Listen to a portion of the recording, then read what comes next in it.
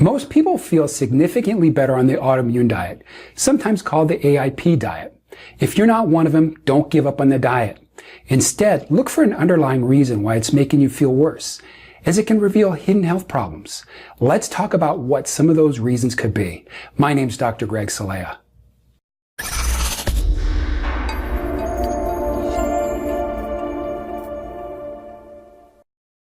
The autoimmune diet is very effective at managing chronic health issues, but going cold turkey off of eating things you're used to like gluten, dairy, grains, sugar, and processed foods can really shock your body.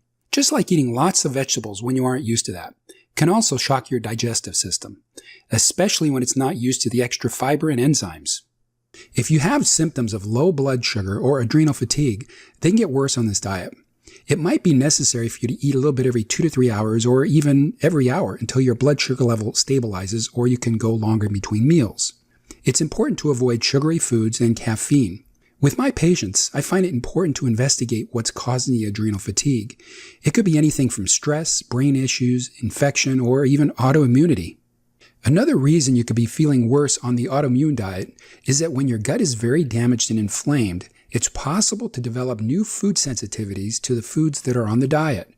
Repairing the gut and reducing the inflammation is imperative here. Some people even become dependent on foods that release opioids in the brain, especially gluten and dairy. Opioids are morphine-like chemicals that reduce pain and create the feeling of euphoria and well-being. So when you go off these kinds of foods, you can initially experience feelings of depression, anger, agitation, or even exhaustion. Withdrawals can be intense. This is where you can substitute foods that feel like gluten and dairy, but are really made with ingredients on the autoimmune diet. They can really make a big difference with the transition. If you are used to eating a high carbohydrate diet and then suddenly you change to a low carb diet, the chemicals that influence your mood in your brain, serotonin and dopamine, can be disrupted and cause changes in your mood, behavior, and personality. You may need to gradually lower your carbohydrate level. Are you having trouble with anxiety and sleeping after going on the autoimmunity diet?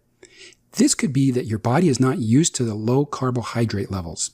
You might need to eat just enough carbohydrate to help you sleep better, but not so much that you spike your blood sugar level. If you're not used to eating a lot of vegetables, you might want to start adding them slowly until your digestive system gets used to it. Because the diet includes a lot of vegetables, your gut could be having a hard time digesting all that fiber. Are you experiencing rashes, a runny nose, or headaches when starting the autoimmunity diet?